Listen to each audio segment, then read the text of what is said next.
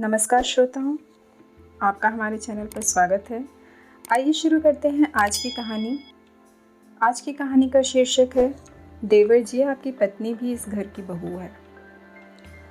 अचानक किसी ने जोर से दरवाज़ा खटखटाया। नीति की आंखें खुल ही नहीं रही थी। रात भर सो नहीं पाई थी, पर ससुराल में पहला दिन था। सर पर पल्लू लिया और नजरें झुकाकर दरवाज़ा खोला।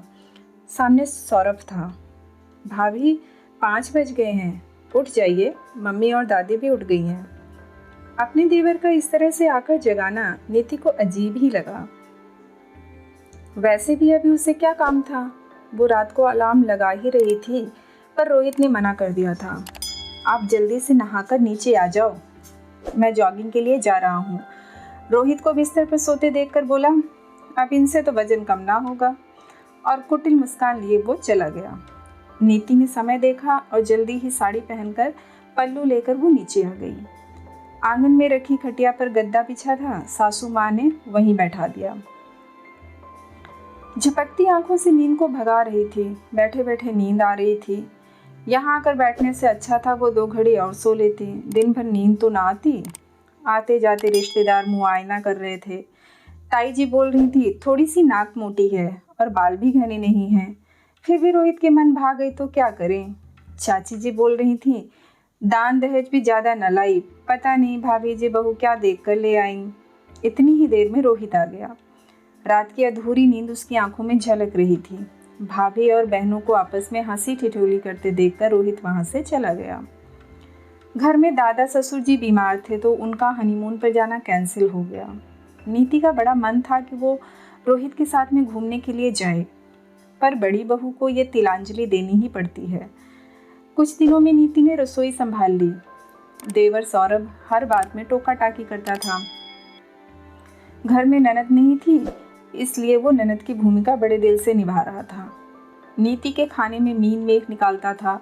नीति जरा सा आराम कर लेती तो दादी के कान भर देता। शादी के 6 महीने बाद दादा ससुर की मृत्यु हो गई। नीति मन ही मन सोच रही थी कि काश वो हनीमून पर तो चले जाते। रोहित का जन्मदिन आ रहा था। नीति रोहित को उपहार देना चाहती थी। उसने सौरभ को उसे बाजार ले जाने को कहा। सौरभ बाजार ले गया। वहाँ जैसे ही नीति ने रोहित के लिए कुर्ता पजामा लिया तो सौरभ ने टोक दिया, भाभी, आप अपनी ही मनमर्जी से शॉपिंग कर रहे हो। आपने मम्मी और पापा से पूछा कि रोहित भैया के लिए उपहार ले रही हो, वो भी इतना महंगा। अब आपको हर काम मम्मी और पापा से पूछकर करना चाहिए। नीति स्तब्ध रह गई, क्योंकि सौरभ को तो पता था कि वो उपहार लेने ही आई है। घर जाकर बड़ा तमाशा खड़ा हो गया। आंसुओं के कड़वे घूंट पीकर नीति रसोई के काम में लग गई। रोहित को उसने रात को ही उपहार दे दिया। रोहित से सौरभ 4 साल छोटा था, पर बड़ा ही चालाक किस्म का था। भाभी की हर गतिविधि पर नजर रखता था। नीति के ताऊजी उसी शहर में रहते थे। एक दिन उन्होंने नीति और रोहित को दिन में खाने पर बुलाया। नीति जब शाम को लौट कर आई तो सौरभ बोल पड़ा, क्या भाभी, थोड़ा जल्दी आते, आपके रहते हुए मम्मी को खाना बनाना पड़ रहा है। नीति ने कपड़े भी नहीं बदले और रसोई में लग गई। सासू माँ भी नाराज ही लग रही थी। पता नहीं मायके गई हुई बहू से ये ससुराल वाले नाराज क्यों रहते हैं। बहू के जाते ही इनका चेहरा गुस्से से भर जाता है। एक दिन नीति अपनी सहेली के घर गई थी। वहाँ उसने जीन्स पहनकर कुछ फोटो खिंचवा ली। सौरभ ने भाभी से मोबाइल लेकर सारी फोटो अपनी मम्मी को दिखा दी। नीति को बहुत कुछ सुनना पड़ा। घर में तूफान आ गया। नीति सौरभ की बातों, तानों और हरकतों से परेशान हो चुकी थी, पर क्या करती। रोहित बहुत ही सीधे थे और सौरभ अपने भाई को 1 सेकंड में चुप करा देता था। दादी कभी कभी सौरभ को डांट देती थी कि नीति तेरी भाभी है, पर सासू माँ कुछ न कहती। सौरभ वैसे भी उनका लाडला था। नीति अब गर्भवती हो गई थी। ऐसे में जी भी कच्चा रहता है और काम करने की इच्छा भी नहीं रहती है, पर सौरभ की यही कोशिश रहती थी कि भाभी ही काम करे, मम्मी रसोई में पैर भी ना धरे। 9वें महीने नीति ने प्यारी सी बेटी को जन्म दिया। अब वो अपनी बच्ची में व्यस्त रहने लगी, पर अपने देवर सौरभ में जरा भी सुधार ना देखकर नीति भी दुखी रहने लगी थी। अपनी माँ को ये बातें बताकर वो परेशान नहीं करना चाहती थी। एक दिन नीति की 6 महीने की बच्ची बाहर खेल रही थी और नीति रसोई में खाना बना रही थी। अचानक से वो रोने लगी तो नीति उसे दूध पिलाने के लिए बाहर आई तो सौरभ ने झट से गुड़िया को गोदी में उठा लिया। भाभी, अब गुड़िया का बहाना नहीं चलेगा, आप खाना बनाइए। बच्चे तो रोते ही रहते हैं, आप तो गुड़िया को लेकर आराम फरमाएंगी और मम्मी को खाना बनाना पड़ेगा। नीति कुछ बोल ना पाई, उसकी बेटी रोती रही और सौरभ उसे बाहर ले गया। नीति ने जल्दी से हाथ चलाए और रसोई का काम निपटाकर दूध के लिए तड़पती अपनी बच्ची को सीने से लगा लिया। उसने रोहित से भी शिकायत की पर रोहित सीधे थे और सौरभ हर मामले में रोहित से तेज ही पड़ता था। दुकान का काम भी दिन भर रोहित ही संभालता था। सौरभ को तो घर के कामों में दखल देने से ही फुर्सत नहीं मिलती थी। अब सौरभ के लिए भी लड़की देखी जाने लगी। मौली ब्याह कर घर आ गई। मौली जैसी सुंदर पत्नी पाकर सौरभ बहुत खुश था। पूरे ब्याह में गुड़िया किसी की गोदी में नहीं आई। नीति ने ब्याह का काम भी निपटाया और बच्ची को भी संभाला। शादी के दूसरे दिन 7 बज गए पर मौली कमरे से निकलकर बाहर ना आई तो नीति ने जोर से दरवाज़ा खटखटाया तो सौरभ बाहर निकला। भाभी, ये क्या तरीका है? मौली सो रही है, उसे शादी की थकान आ रही है, आप उसकी नींद खराब कर दोगे। पहले 2 कप चाय भिजवा दीजिए, फिर वो उठ जाएगी। वैसे भी क्या जल्दी है, कुछ काम तो है नहीं, मौली को थोड़ी देर और सोने दो। सौरभ की बात सुनकर नीति अवाक रह गई। घर की बहू तो 5 बजे उठती है पर मौली तो अभी तक भी सो रही है। सासू माँ भी बोली, नई नवेली है, सोने दो। नीति चुप हो गई। मौली के मायके से तो बहुत दहेज आया है, सभी रिश्तेदार तारीफ कर रहे थे, साड़ियाँ भी सबको अच्छी ही दी हैं। नीति सबकी बातें खामोशी से सुन रही थी। दादी सास बिस्तर में थी, उनकी हालत बहुत खराब चल रही थी। मौली और सौरभ रुकना नहीं चाहते थे।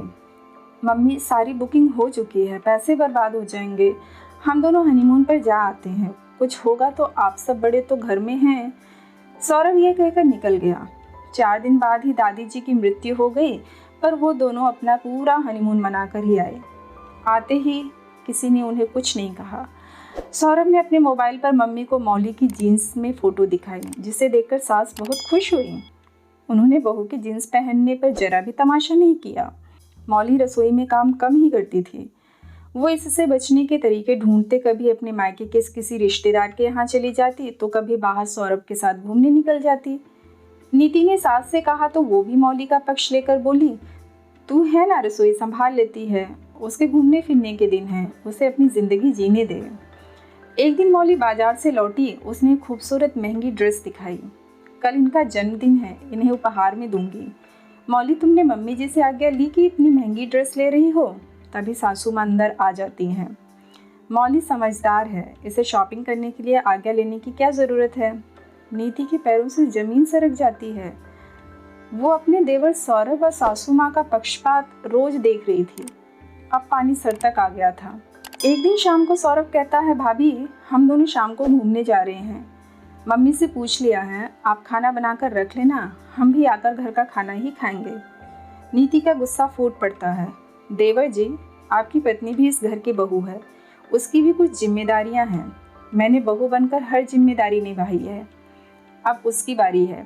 आपकी पत्नी को सोने की, घूमने की, शॉपिंग करने की, कुछ भी पहनने की आज़ादी है, वो कुछ भी कर सकती है। जिन चीज़ों के लिए आप मुझे टोका करते थे, बड़ा ज्ञान देते थे कि बहू का ये फ़र्ज़ होता है, ये जिम्मेदारी होती है, तो वो ही ज्ञान अपनी पत्नी को क्यों नहीं देते हो? उसे भी बहू बनकर इस घर के प्रति अपने सभी फ़र्ज निभाने चाहिए। ये घर अकेले मेरी जिम्मेदारी तो नहीं है। मेरी बिटिया रो रही है और उसे मेरी ज़रूरत है। मम्मी जी, आप और आपकी लाडली बहू ये रसोई संभालें, मैं अकेली ये रसोई नहीं संभालूंगी। 3 सालों से सब सह रही हूँ, लगता था बहू हूँ तो ये सब सहना ही होगा, इसलिए कभी ज़ुबान नहीं खोली। मौली भी इसी घर की बहू है पर उसे सब तरह का आराम है, तो फिर अकेली मैं ही क्यों सहूँ? देवर जी, भाभी को रोकना टोकना बहुत आसान है, सिर्फ ज़ुबान हिलानी पड़ती है। अब वो ही टोका टाकी अपनी पत्नी के साथ भी करो, उसे भी घर की बहू का हर फर्ज निभाने दो, उसको भी अपनी जिम्मेदारी निभाने दो। एक बात और कहनी है, कल को आपके भी बच्चे होंगे, वो रोते रहेंगे और मौली को रसोई का काम करना पड़ेगा, तब आपको दर्द आएगा। मेरी बेटी और मेरा दर्द तो कभी नहीं आया, लेकिन मैं माँ हूँ, आपकी पत्नी को इस दर्द से ना गुजरना पड़े ये कोशिश करूँगी। नीति ने अपनी बेटी को गोद में लिया और कमरे में चली गई। अंदर जाकर रोहित से लिपटकर बहुत रोई। मन हल्का हो गया। आखिर तुमने आज हिम्मत करके बोल ही दिया। रोहित ने नीति की सराहना की। अगले दिन नीति 5 बजे की जगह 6 बजे उठी। रसोई में गई तो मौली भी वहाँ थी। आज मौली और उसने मिलकर रसोई संभाली। नीति के चेहरे पर विजयी मुस्कान थी। अन्य कहानियों को सुनने के लिए चैनल को सब्सक्राइब अवश्य करें। साथ ही साथ बेल आइकन को प्रेस करना ना भूलें ताकि सबसे पहले हमारी कहानी आप तक पहुंच सके। धन्यवाद।